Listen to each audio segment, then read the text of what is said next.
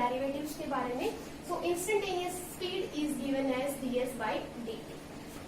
Now we come to the next term, that is velocity. Again we will find out what is average velocity.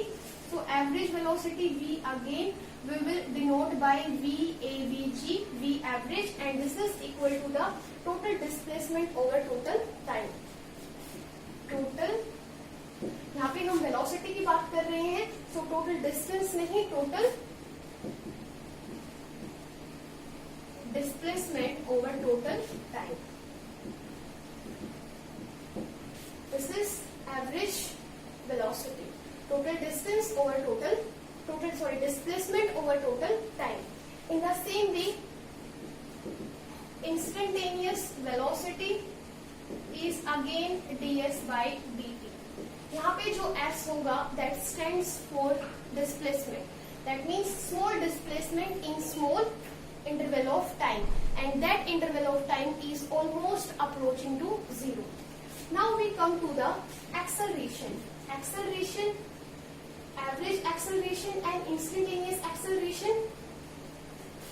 आपको पता है average acceleration जो होगा वो होगा change in velocity. यहाँ पे हम लिखेंगे change in velocity per unit time. Change in velocity per unit time is given as acceleration. और average acceleration कब होगा?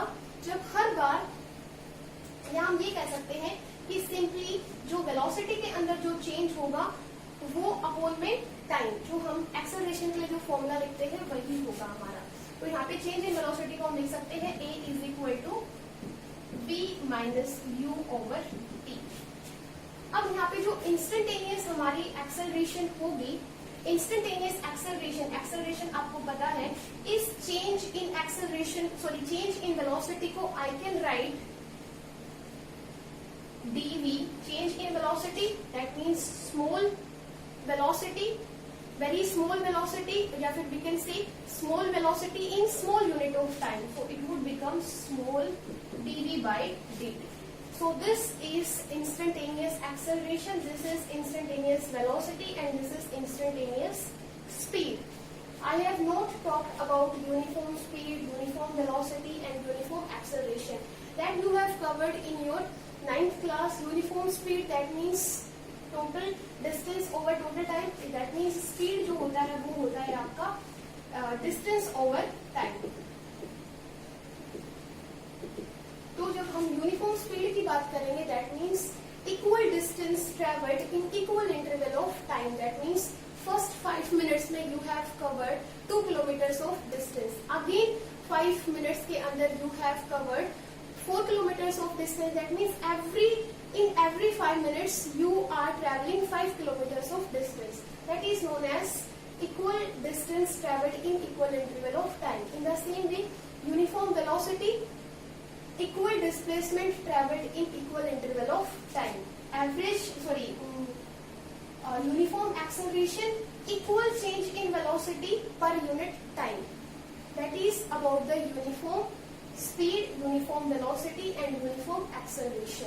Now we will cover our next term, that is known as equation of motion for uniform acceleration. So now we will derive the equations of motion for kinematics.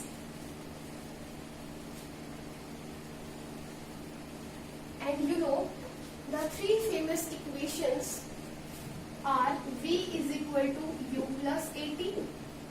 Second is S is equal to UT plus half AT square. And third is V square minus U square is equal to 2AS. These are the three kinematics equations of motion for uniform acceleration. So let us derive our first equation, that is V is equal to U plus AT. You know, अभी हमने discuss किया कि जो acceleration है instantaneous acceleration that is given as dv by dt. अभी हमने निकाला, that means small velocity, small change in velocity in small unit of time, that is dv by dt. अब हम यहाँ से क्या कर सकते हैं, यहाँ से हम क्रॉस मल्टीप्लाई कर सकते हैं, so it would become dv is equal to a dt. अब आप फर्स्ट यूनिट में, जैसे ही फर्स्ट यूनिट स्टार्ट हुई थी उससे पहले आप इंटीग्रेशन पढ़ चुके होंगे, डिफरेंशिएशन पढ़ चुके होंगे. तो this is small velocity. For complete velocity we will integrate on both sides. This is the sign of integration and this is also the sign of integration. So velocity है, velocity will change from initial velocity to the final velocity. So यहाँ पे हम इसका integration करेंगे और उसकी limits लेंगे. एक अपर लिमिट होगी, एक लोअर लिमिट होगी. So lower limit is initial velocity u and upper limit is final velocity v. यहाँ पे भी एक्सेलरेशन तो है, वो तो क्या रहेगा, उसको हम बाहर लिख लेते हैं, वो चेंज नहीं होगा, चेंज होगा टाइम. तो यहाँ पे क्योंकि हम यूनिफॉर्म एक्सेलरेशन की बात कर रहे हैं, so acceleration will be constant, but time तो चेंज होगा. तो टाइम कहाँ से कहाँ चेंज हो सकता है, टाइम हो सकता है t equal to 0 to t equal to t. अब हमें सिंपली क्या करना है, दोनों तरफ इंटीग्रेशन करना है. तो इंटीग्रेशन आपको पता है, dv का इंटीग्रेशन हो जाएगा v एंड लिमिट्स हो जाएंगी u से v एंड ये a है. dt का जब इंटीग्रेशन करोगे तो ये बन जाएगा t और लिमिट्स होंगी 0 से t. अब क्या करेंगे, हम एक बार इस v की जगह अपर लिमिट पुट करेंगे माइनस देन लोअर लिमिट. तो ये बन जाएगा v की जगह v पुट करोगे तो v और v की जगह u पुट करोगे तो u is equal to a. Upper limit put करोगे t की जगह तो t minus lower limit put करोगे तो t की जगह 0. Now it would become v minus u is equal to at and simply it becomes v is equal to u plus at. This is first equation of kinematics of motion. Second equation is in the same way.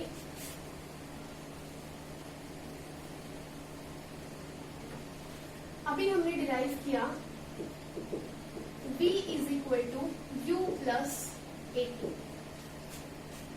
v को हम replace कर सकते हैं, v is velocity and velocity is total displacement या small instantaneous velocity के लिए हम क्या लिख सकते हैं, small displacement over small time, that means ds by dt. अभी हमने पढ़ा था इंस्टेंटेनियस जो वेलोसिटी होगी वो होगी स्मॉल डिस्प्लेसमेंट, दैट मीन्स जो velocity at a particular instant. तो किसी भी एक मोमेंट पे जो वेलोसिटी होगी उसको हम बोलते हैं इंस्टेंटेनियस वेलोसिटी और उसको हम लिखते हैं ds by dt, displacement, small displacement over small time.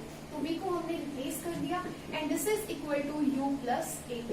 अब सिंपली क्या करेंगे, अब हम सिंपली क्रॉस मल्टीप्लाई करेंगे. So it would become ds is equal to, हम यहाँ पे लिख सकते हैं u dt plus at dt. This is displacement. So इसका भी इंटीग्रेशन कर देंगे, यहाँ पे भी इंटीग्रेशन का साइन आ जाएगा और यहाँ पे भी क्या कर देंगे, दोनों तरफ हमने क्या कर दिया, इंटीग्रेट कर दिया.